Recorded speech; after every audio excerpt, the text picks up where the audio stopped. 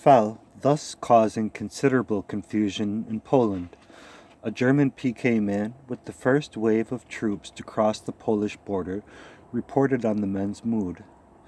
No hurrah patriotism, no superficial sentimentality. All of us see the hard necessity of this night.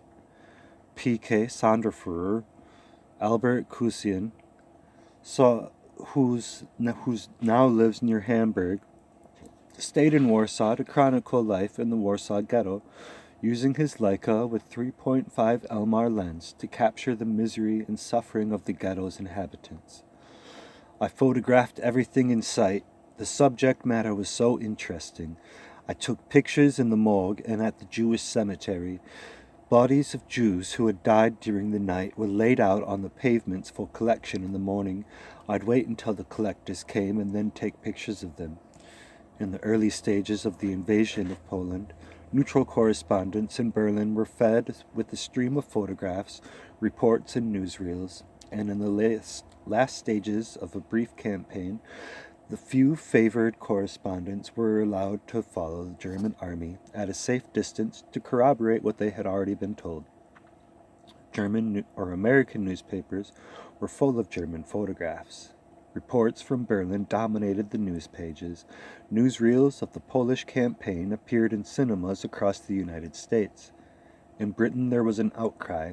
The Ministry of Information, with its staff of 999, was the target for most of the criticism, especially when statements in the Commons revealed that only 43 of the staff had been journalists. The previous employment of other information experts ranged from a professorship of music to a professorship of world Christian relations. The newspapers were vitriolic. The Daily Express said that soon Britain would need leaflet raids on itself to tell its own people how the war was going. The Manchester Guardian said that the communiques could not help the enemy, but are they any use to us? Major General J.H. Byth, the author Ian Hay, the War Officer's Director of Public Relations, took the unusual step of writing to the Times to explain why the Germans were being so successful on the propaganda front. Byth said that Hitler, being the aggressor, had an initial advantage and that the Polish campaign had provided opportunities for sensational reporting. Hitler, unlike the British, did not mind telling lies, and secrecy about British troop movements had been essential. However, Byth promised improvements. A large body of correspondents, including fully representative American contingent, are now with our forces in France. This group, which had arrived on October 10th, consisted of 15 British and Commonwealth correspondents, 9 Americans, and 8 press and newsreel photographers. They were looked after by conducting officers who had been chosen for their devotion to the army, and because they would not have been much use anywhere else. One, who had been a cavalry officer, boasted of his failure to become trained in tanks. They were, no doubt, brave, loyal soldiers, but they had become relics of a vanished England. There was a Captain Charles Tremaine, Military Cross and Bar, Old Etonian, ex-regular, pre-First World War cavalry officer, a large landowner in Cornwall and Wiltshire. Tremaine was a one-time chairman of the Duke of Beaufort's Hunt Committee and captain of the English polo team. He was also seldom sober. The correspondents, well able to handle a lot of liquor themselves, remember him as the heaviest drinker they had ever seen. He drank neat gin for breakfast and was known to have finished 6 bottles in 2 days. There was Captain Arthur Pilkington, Military Cross, another Old Etonian, ex-regular, pre-First World War cavalry officer and almost as heavy a drinker as Tremaine. And there were Captain Eddie Grant, Military Cross and Bar, Old Etonian, ex-regular, etc., Lord Hothfield, Old Etonian, ex-regular, etc., etc. The conducting officers were outwardly polite to the war correspondents, but they actually hated them. Although Charles Tremaine's brain had been pickled by drink, another conducting officer wrote, he still had 5 times more brain than the journalists he conducted. When Bernard, Gray of the Daily Mirror, desperate for a story, wrote one day, "An occasional shell removes the washing from the line." The conducting officers pointed out that not a single gun had yet been fired, and accused Gray of writing a mischievous lie, and, quote, sent him to Coventry, end quote. The correspondents reciprocated the conducting officer's feelings. O.D. Gallagher has said, "The conducting officers were such astonishing caricatures of the British Army, regular officers in upper classes as to be scarcely credible. They were either drunk half the time or drunk all the time. Whether you were out driving with them, it was always, 'Let's pull over and have a snifter at the cafe, old chap.' Or if there were no cafes, they came out of the flask with their pocket, their expensively cut uniforms." Gallagher frequently told his editor, and tried to tell his readers, what he thought the press arrangements at Erez and the Army Public Relations Unit in general. In one dispatch, he pointed out that staffing arrangements at the PR unit were such that it required 87 fully trained servicemen to tend the needs of one war correspondent. "Why not abandon the whole PR war correspondent concept," Gallagher wrote, "and adopt the German propaganda company scheme? At least it would be more honest." The Army warned Gallagher that this was not the attitude to adopt, but he ignored the warning and was recalled to London. There, his editor said that he believed everything that Gallagher had written, but did not feel able to publish any of it, because "we can't fight the enemy in wartime." Gallagher was packed off on a tour of Britain to write about home defenses. During this period, the war correspondents could claim that they were systematically misled by GHQ as to the true situation, but anyone who allows himself to be misled for 8 months must share some of the blame. Only one correspondent, Webb Miller, far gone in drink at the time, foresaw what would happen. "The Germans," he said, "will go through that line like crap through a little tin horn." After the Allied collapse, the correspondents remembered another warning by the then Minister for War, Anthony Eden. At an off-the-record press conference at Erez, Eden had said, "It would be madness to risk an encounter battle with the Germans in Belgium," which was exactly what the Allies did. Kim Philby, still with the Times, also had a hint of things to come from the Duke of Windsor, who, seeing Philby's war correspondent shoulder straps and learning that he was from the Times, spoke to him in a bar at Metz. "If the Germans do attack," the Duke said, "then there'll be the very devil of a mess." Philby, who went on to become the head of the anti-Soviet section at the British SIS before being unmasked as a long-serving member of the Soviet KGB, has said frankly, "Luckily, apart from my censored dispatches to the Times, I was able to transmit news to another quarter which was not the least interested in the optimistic lucubrations of GHQ, only in the hard facts of military life, unit strengths and locations, gun calibers, tank performances, etc. But for that, my time at Erez would have been completely wasted." The Royal Navy, true to its First World War form, decided that it had no room in its ships for correspondents and would see the war through without them. It later relented a little, but throughout the war, naval censorship remained the toughest. One example will suffice. On October 2nd, 1942, the Queen Mary rammed and sank the British light cruiser Curaçao, which had cut too sharply across her bow. The Curaçao sank in 7 minutes. Only 101 of her crew of 439 were saved.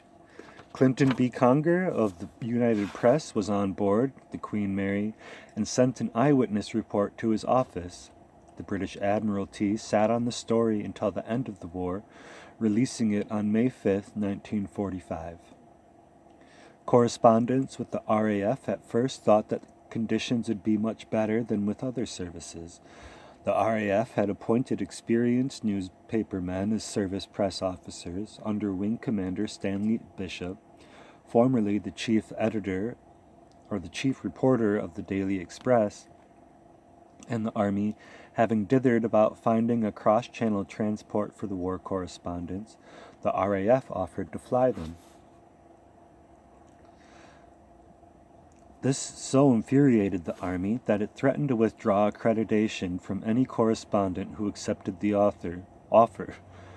This deterred most British newspapers, including the Times, from accepting the RAF's offer, but the Daily Express, Allied newspapers, Reuters, and the BBC refused to be intimidated, and their correspondents joined those representing three American groups: North American Newspaper Alliance, Collier's Weekly, and the Columbia Broadcasting System, and the Australian newspaper services on a flight to the Advanced Air Striking Force base in France.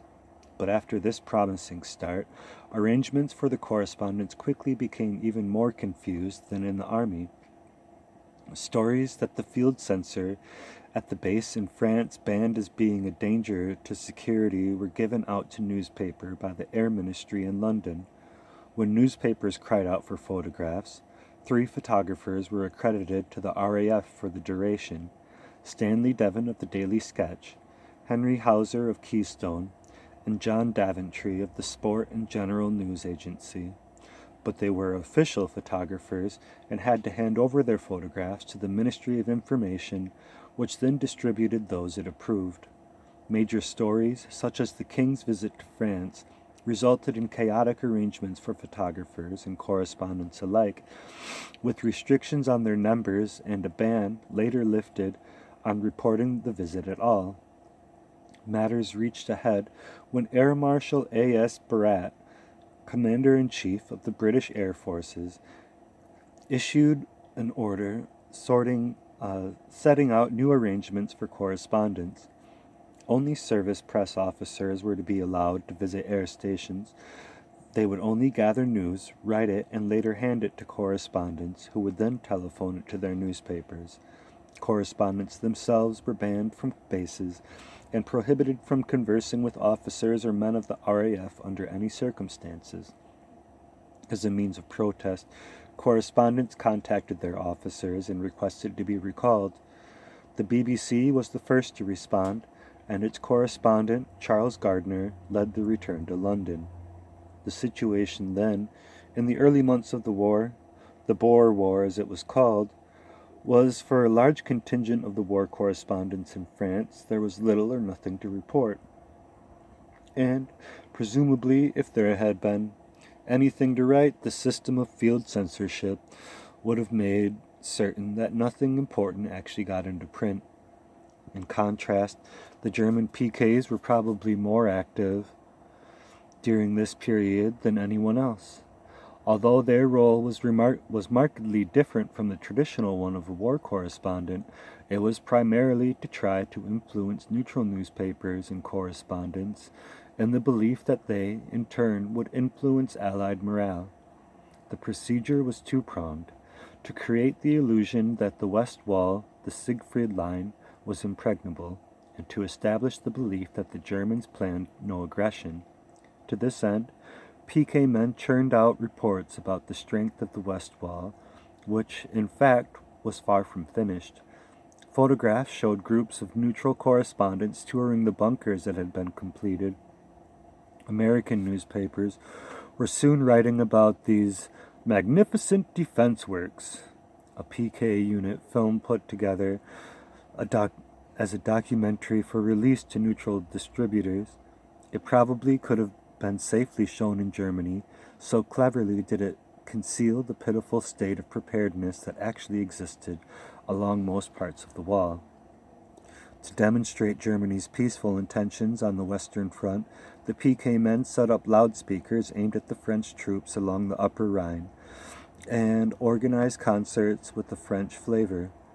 Parlez-moi des mots, a hit tune of the period, soon became popular with the Germans as well. Huge posters in French fluttered above the German lines. French soldiers, we have soldiers not to shoot if you don't attack us. Germany has no reason to wage war with you. The Alsatian troops were urged in leaflets not to fire at their German compatriots, and PK officers met French officers in secret and assured them that Germany had nothing against France, only England, and the common enemy. The PK officers made full use of the fact that it was French troops that manned the front lines, while the BEF camped safely behind in the rear. The radio station, called Camarades du Nord, purporting to be an underground French station, came onto the air and in between long performances of the Internationale broadcast its support for the Soviet-German friendship and called on the French Communist Party to back the non-aggression. The station was actually run by the PK from near Lorac in the Black Forest. All the action was elsewhere, in Finland, Norway, and Denmark, but for most Allied and neutral correspondents, these theaters of war proved as unrewarding as the Western Front. In Finland, invaded by the Russians in November 30th, 1939, to prevent the country's becoming an anti-Russian base, the Finnish troops had some early successes, and the old delusion of 1918 to 20 that the combined push, one last intervention, could topple the Bolsheviks from power again started to affect Allied leaders. An astonishing campaign began to, quote, switch the war, unquote, away from Germany and against Russia. Major Kermit Roosevelt, who had offered his service to the British Army at the outbreak of the war, was relieved of his duties and promoted to colonel in command of a British volunteer brigade to fight against the Russians.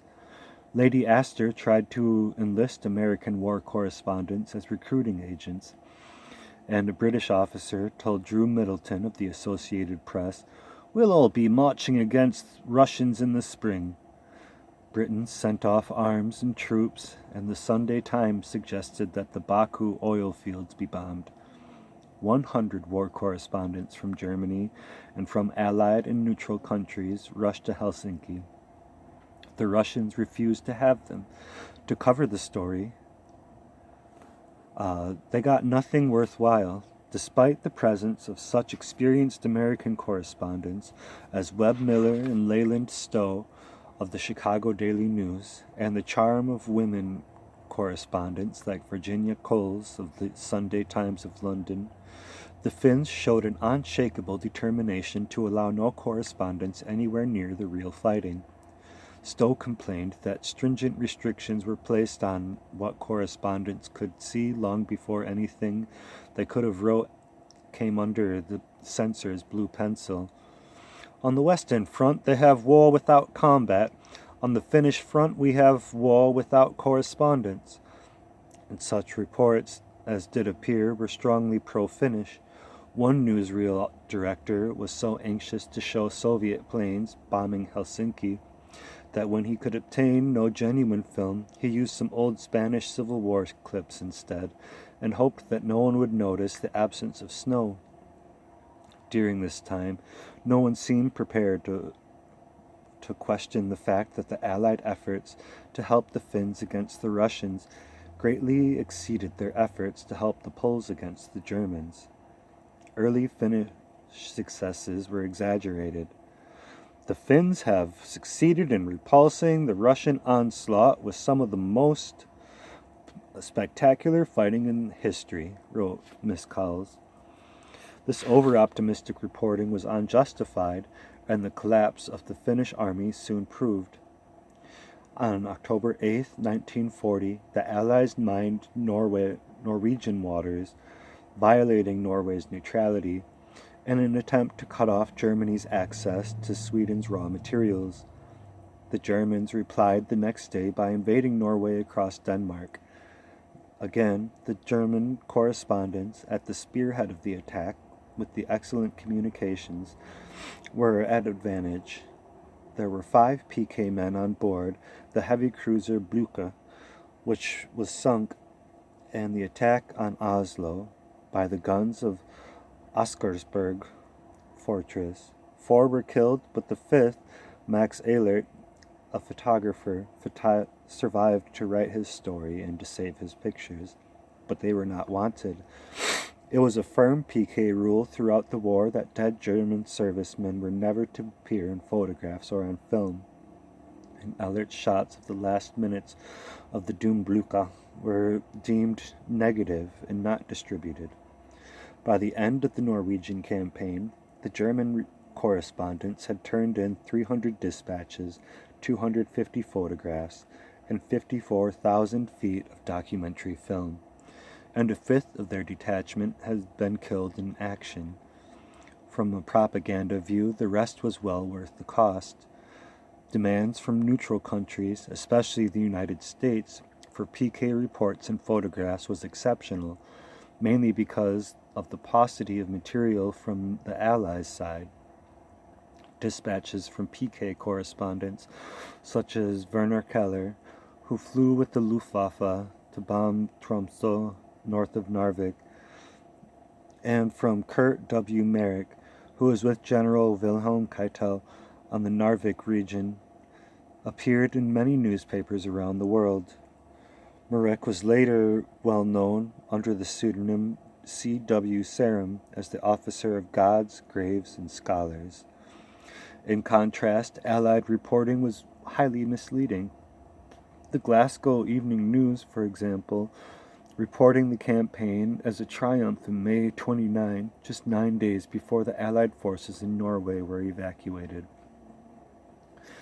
It was left to a neutral correspondent, Leyland Stowe of the Chicago Daily News, fresh from the fiasco in Finland, to report the war in Germany as it really was. Sending his reports from neutral Sweden so as to avoid censorship, Stowe wrote of one of the costliest and most inexplicable bungles in military history, about the British Expeditionary Force to Norway, expecting to take on crack German troops, found itself at the mercy of the Luftwaffe.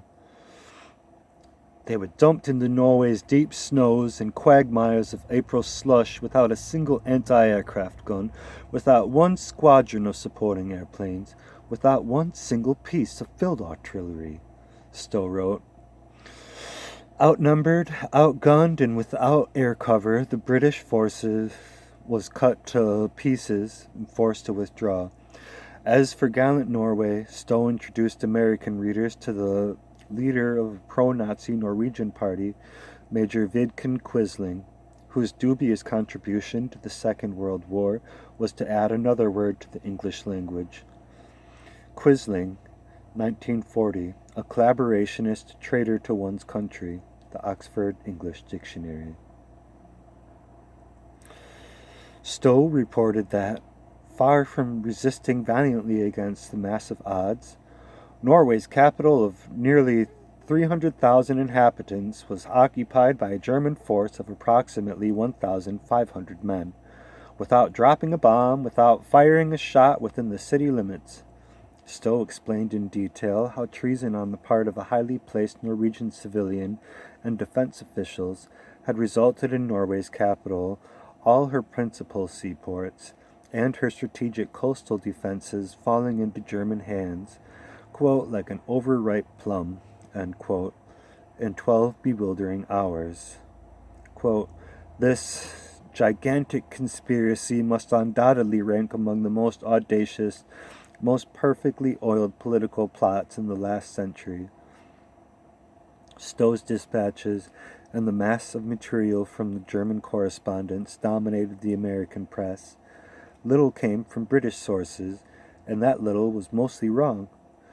There can be no question, Ed Murrow of the Columbia Broadcasting System told his American listeners in a broadcast from London, that the handling of press and radio in this country, the news from Norway, in the past 10 days has undermined the confidence of a considerable section of the British public in the integrity and accuracy of its news sources.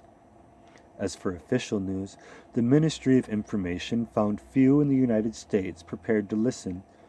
Britain was reaping the results of her propaganda campaign in the First World War when scant attention was paid to the truth.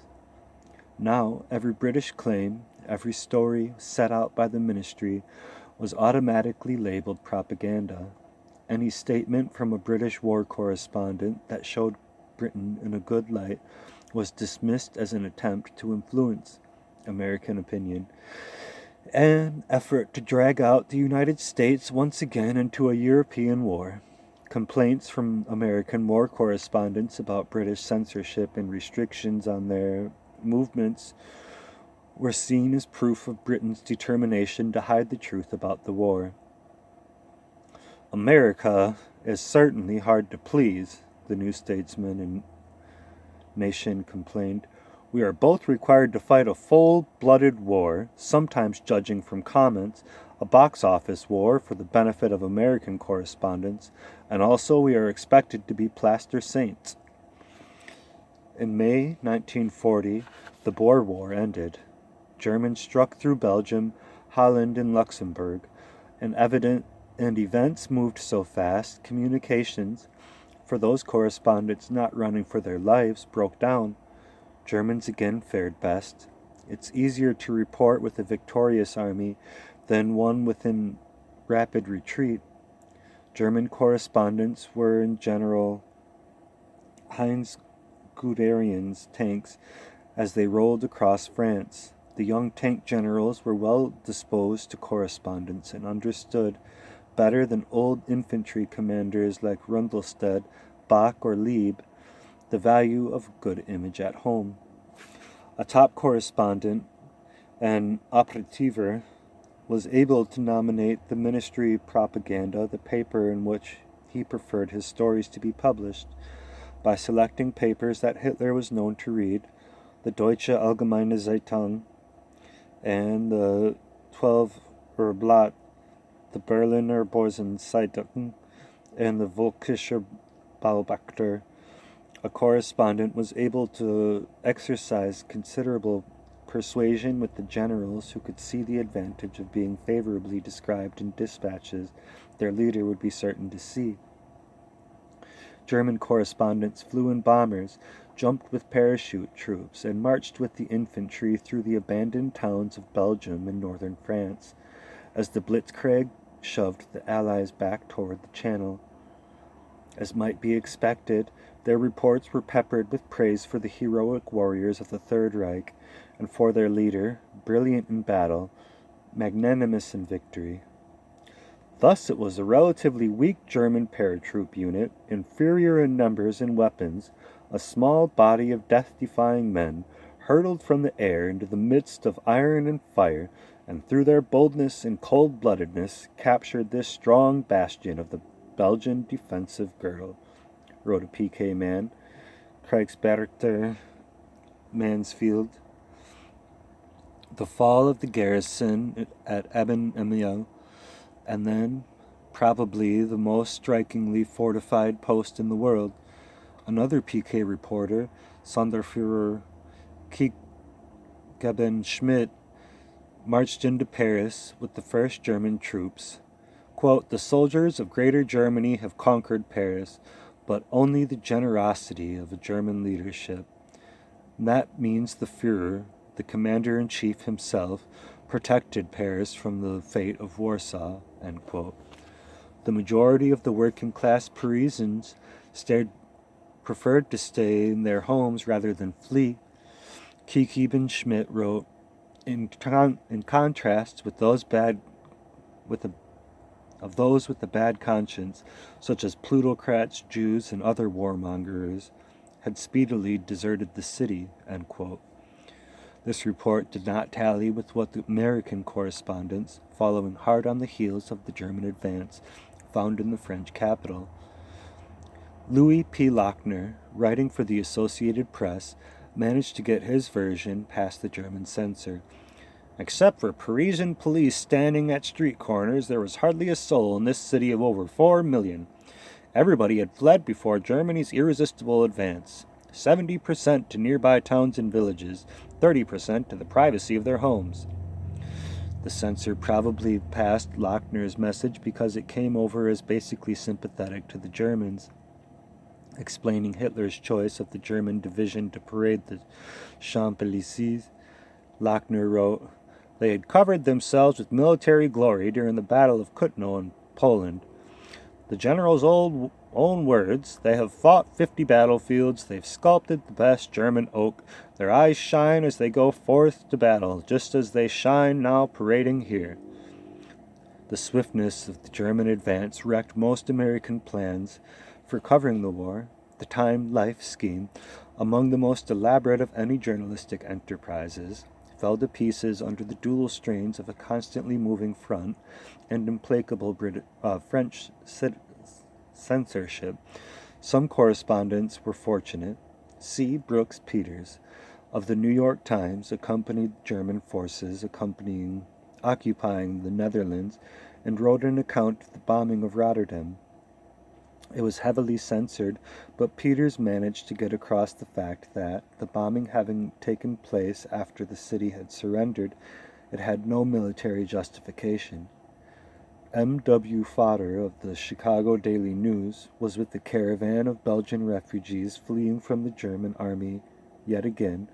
Quentin Reynolds was caught in the civilian exodus from Paris, and William L. Shire of the Columbia Broadcasting System was in the forest of Compiègne, outside the old railway coach in which the 1918 armistice had been signed, and described via radio the new and highly successful medium of war reporting, Hitler and Goering enjoying Germany's revenge.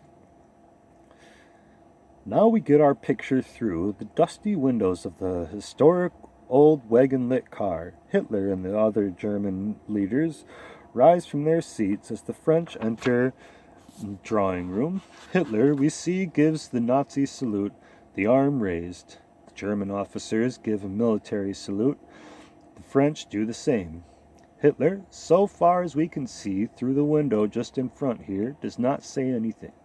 He nods to General Keitel, adjusting his papers, and then he starts to read. He is reading the preamble of the German armistice terms. The French sit there with marble-like faces. British correspondents, who had previously had so little to report, had more than they wished for in these hectic days, but either they had no way of sending their messages, or they were too busy trying to stay alive to be bothered.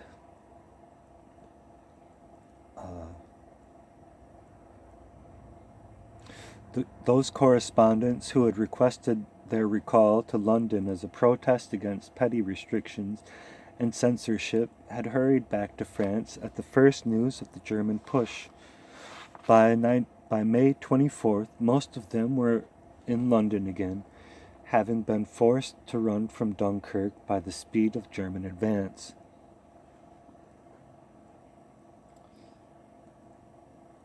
The French were still holding out around Paris, so the War Office agreed to follow a smaller corps of correspondents to go back.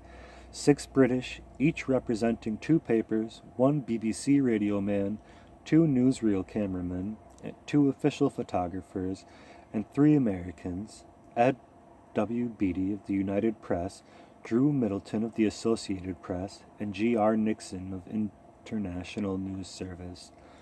When Paris fell, they were on the run again. The best story of the war, the fall of France, was happening on all sides around them. But there was no way of reporting it. A whole world was collapsing around us, wrote Noel Monks of the Daily Mail, who had been trying to cover the RAF's last stand in France. But there were no means of getting a line about it to our newspapers, simply because there were no communications and no censors.